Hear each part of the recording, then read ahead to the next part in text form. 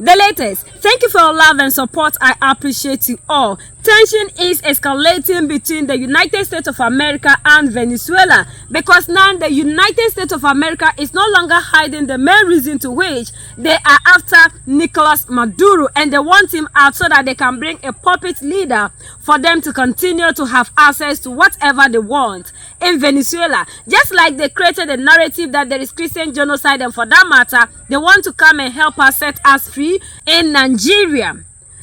The U.S. has seized a sanctioned oil tanker off the coast of Venezuela. President Donald Trump said on Wednesday, a move that sent oil prices higher and sharply escalated tensions between Washington and Caracas. We have just seized a tanker on the coast of Venezuela. We have just seized a tanker on the coast of Venezuela. Large tanker, very large, largest one ever. Actually, and other things are happening, said Trump, who has been pressuring Venezuelan President Nicolas Maduro to step down. In response, the Venezuelan government in a statement accused the U.S. of blatant theft and described the seizure as an act of international piracy. It said it will denounce the incident before international bodies. So this is the main reason to which the United States of America is bent on making sure that Nicolas Maduro is out of office. Besides that, the United States of America, according to experts, the economy is facing a lot of things, and if nothing is done immediately, the economy of the United States of America will stop working. And for that matter, they need to do whatsoever that they can do in their power to keep the economy moving. As you probably know, we've just seized a tanker on the coast of Venezuela, a large tanker, very large. Largest one ever seized, actually. That was just the leader of the pack. But hey, how about growly voices from the squad, from the Republican turned pirate party? They're surely on the same page as their captain. I very much support President Trump's decision to seize the oil tanker off the coast of Venezuela because it was being used to transport sanctioned Venezuelan and Iranian oil. Venezuela has been operating as a dictator-controlled narco-terrorist state at the expense of the United States for far too long. Who would have thought that excuses for piracy would work so easily in the modern-day world? All you need is to name the victim state, a bunch of narcos run by a dictator, and you're good to go. And shout out, border. It's totally easy to understand the folks in charge of the Venezuelan government who are calling this mess nothing short of international piracy and blatant theft with a clear motive. They're saying seizing Caracas's national resources. They committed an absolutely criminal and illegal act when they carried out a military assault, kidnapping, and robbery like Pirates of the Caribbean of a private civilian commercial merchant ship, a ship of peace. It was assaulted. Venezuela therefore rejects in its entirety this act of criminal piracy against the entire Caribbean. They intend to wage war in Latin America and the Caribbean. And they intend, dear brothers and sisters of the people of the United States, brothers and sisters of the people of the United States, whom we deeply admire, they intend once again to send citizens, taxpayers, and young people of American society back to their homes in sacks, black bags, and ballot boxes. And from here we continue to call for peace, not only for the people of Venezuela. We are clear that the concept of homeland goes beyond Venezuelan borders. It is a great responsibility, and as we have said, the glories. Let no one be mistaken about Venezuela. We have been seeing the attempt to intimidate us by bringing air vectors of the United States Armed Forces closer to our shores, we here with great humility tell you not to be mistaken about us. We are prepared to defend this country. We are prepared, and that will not intimidate us daily. Even so, we are convinced that we will not be broken because you have an air and naval military deployment in the Caribbean, carrying out offensive maneuvers near the Venezuelan coast. We are simply telling you from here not to make any mistakes because, well, we have the capacity to react and defend our airspace. Standing firm, consistent, in perfect popular and military unity. So the people of the United States must listen to the cry for peace, for common sense, in generais y mai, to resolve the need to resolve conflicts through dialogue, through politics, and not through war. Against nefarious actions.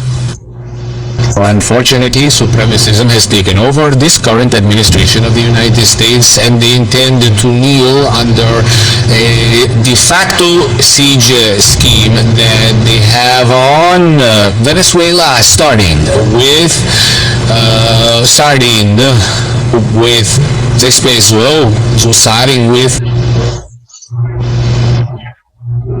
instruments that impact the economy, production, and the health of the people of Venezuela. They attacked Syria underlies, etc. In recent times, we have observed the stopping and interdiction of a civilian merchant oil tanker here in the Caribbean waters, specifically south of Grenada, from Grenada, Tobago, Trinidad, and heading out into the Atlantic, a ship that, exercising free trade and free navigation, was carrying Venezuelan oil to other international markets.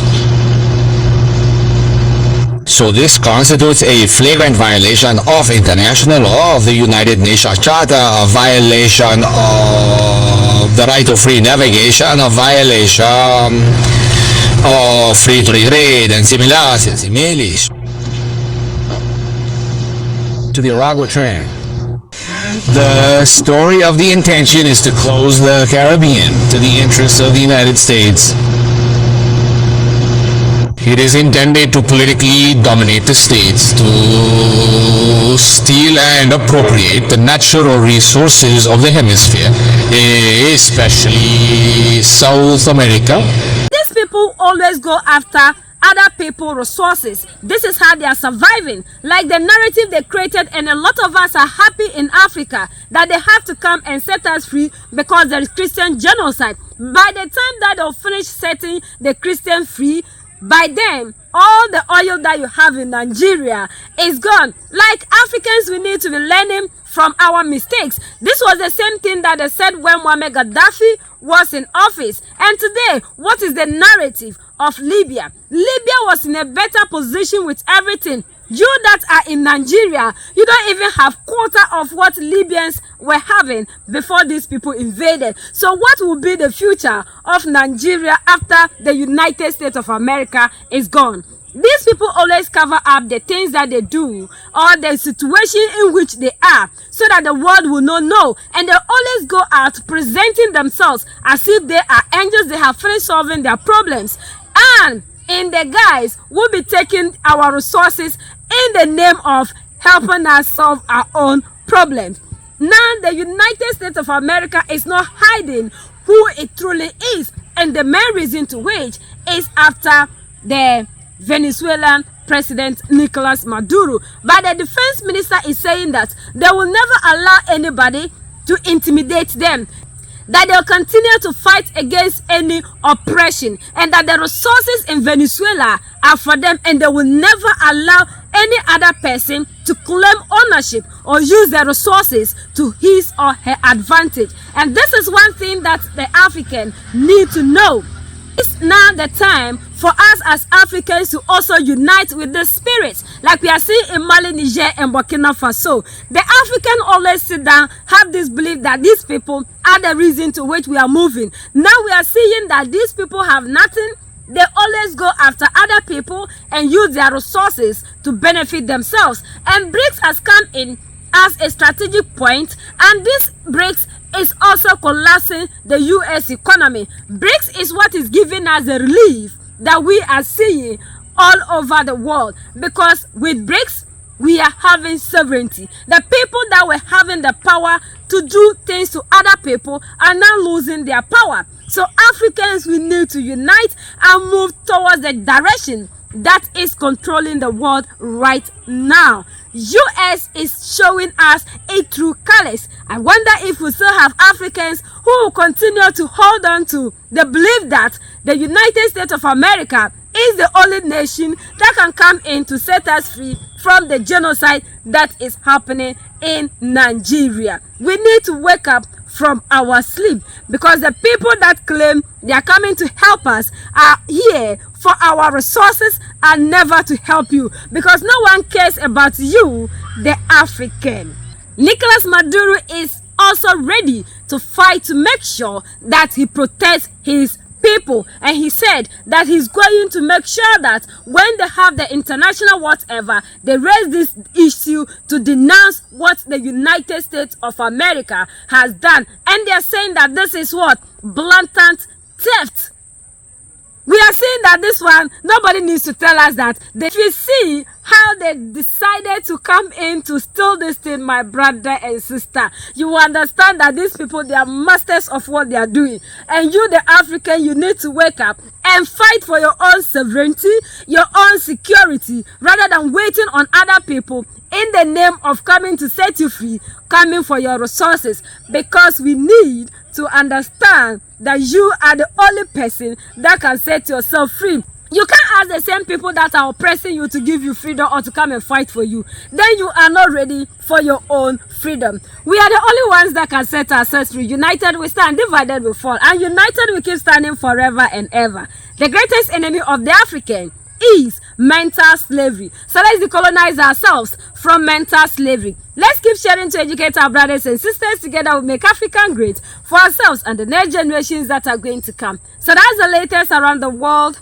and in the United States of America.